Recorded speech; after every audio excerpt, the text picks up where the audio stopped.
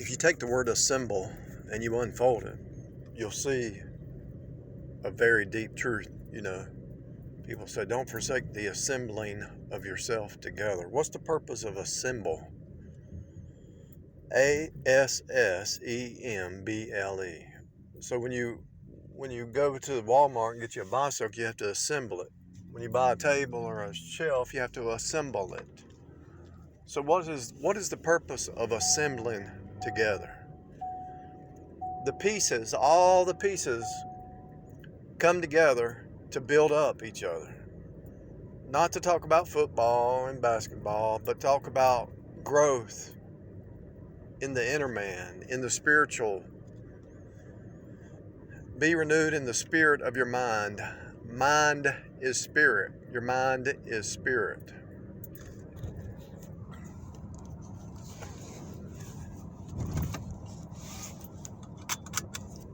This stuff about being ignorant, it's done. There's so much information online. There's no reason to be ignorant. If you want to be ignorant, it's because you want to be ignorant. If you're ignorant, it's because you want to be ignorant. Do you understand what I'm saying? If you want to be ignorant, it's because you want to be ignorant. If you're ignorant, you want to be ignorant. It's really simple.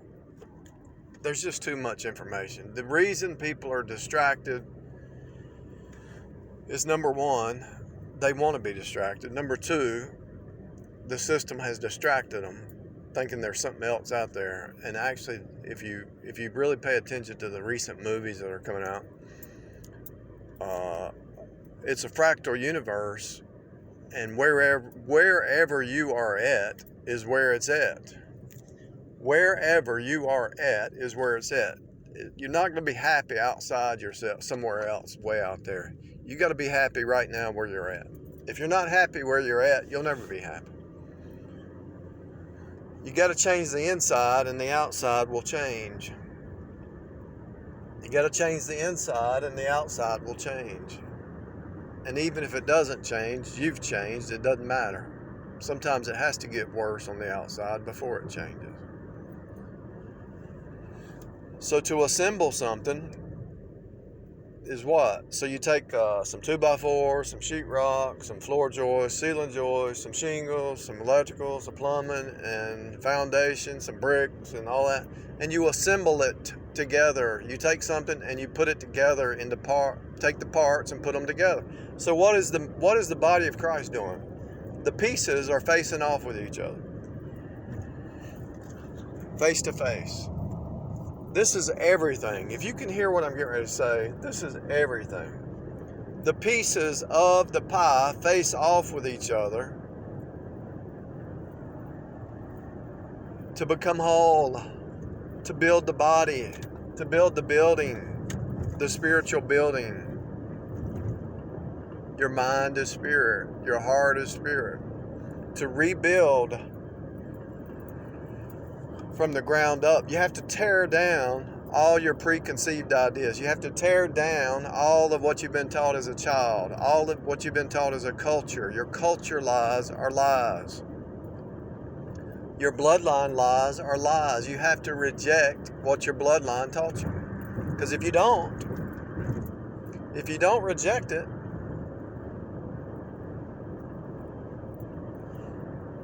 you'll follow the same pattern. You have to go to ground zero. You have to destroy the edifice that's been built in your mind, and you have to rebuild it. You have to destroy that edifice and rebuild it from ground zero. And where do you rebuild it from? The absolute truth. Line upon line, precept upon precept, here a little, there a little. I don't care if it's Baptist, Pentecostal, Methodist, some cult, some ism. It doesn't matter what box you're in, you have to rebuild it. Because everything that you've been taught, there might be 90% truth, but you want 100% truth. There might be 95% truth, but you want 100% truth. There might be partial truth, but you want the whole truth. And the only way you're going to get the whole truth is face off with different people who have different concepts and ideas and belief systems, and you take all the puzzle pieces And you put all the puzzle pieces together and you get the whole pie. The reason the ex-wife got mad at me because I was listening to Louis Farrakhan, or I was listening to some other teacher that wasn't Christian, because she didn't know. She didn't know that I was learning what the whole world's beliefs are. Apostle Paul said, "I become all things to all men that I might win some." I know what the Wiccans believe. I know what the Gnostics believe.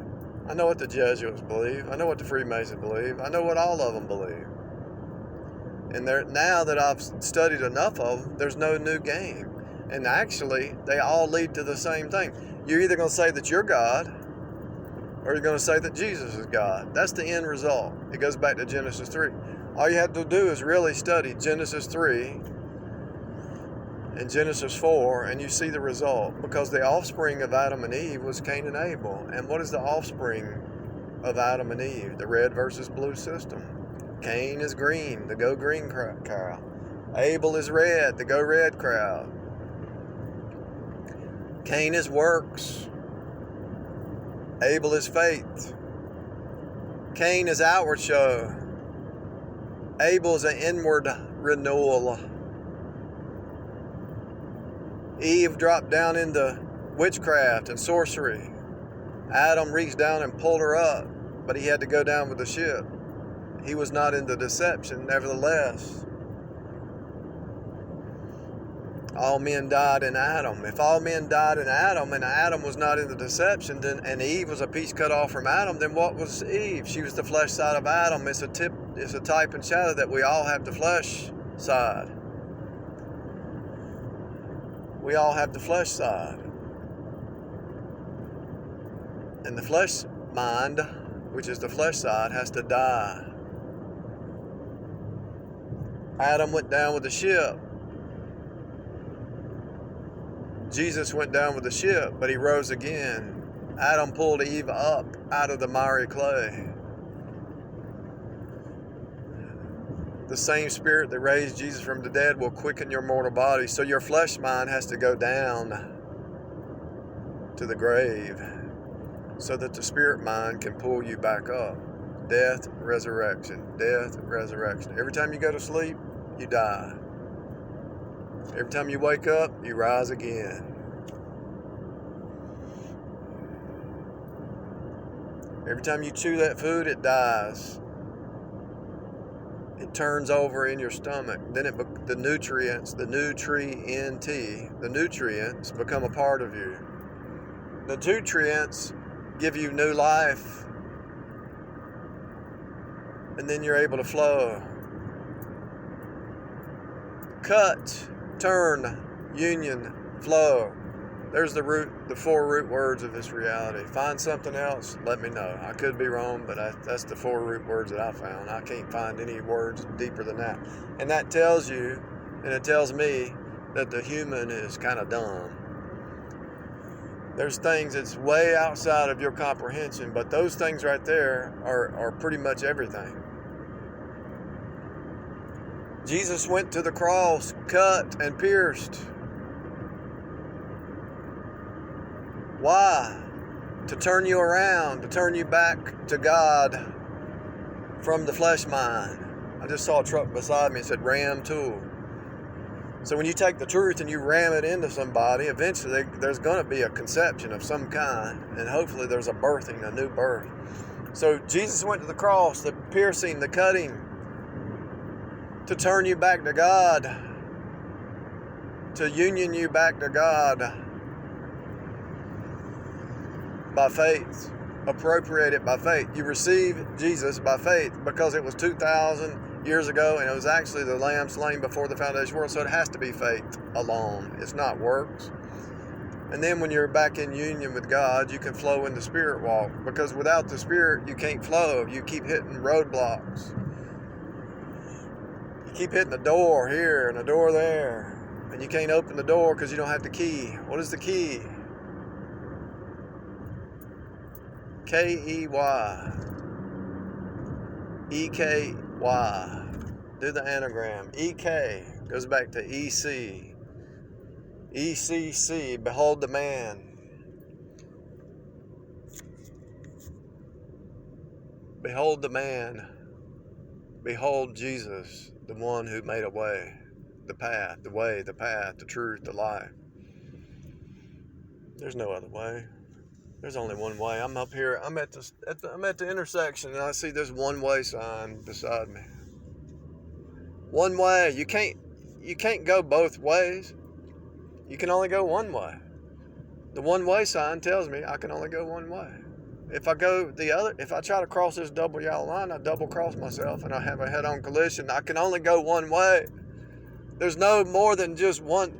It's only one way. I mean, it's common sense. It's common sense. You can only go one. I can't go two directions at the same time. There's only one way. I can't go by faith alone and works. That's stupid. People say faith is faith plus works. How can I go two different directions? It's either faith or works. There's only one way. Come on, it's time to wake up. It's ridiculous. It's insane. It's insanity. You want to believe that there's a multiple ways, but there's not, and it's right in front of you. That's why when God told me, I said, Lord, what's going on? He said, it's right in front of you. 6 months later, I said, Lord, I've been looking, but I can't find it. He said, it's right in front of you. So I looked right in front of me.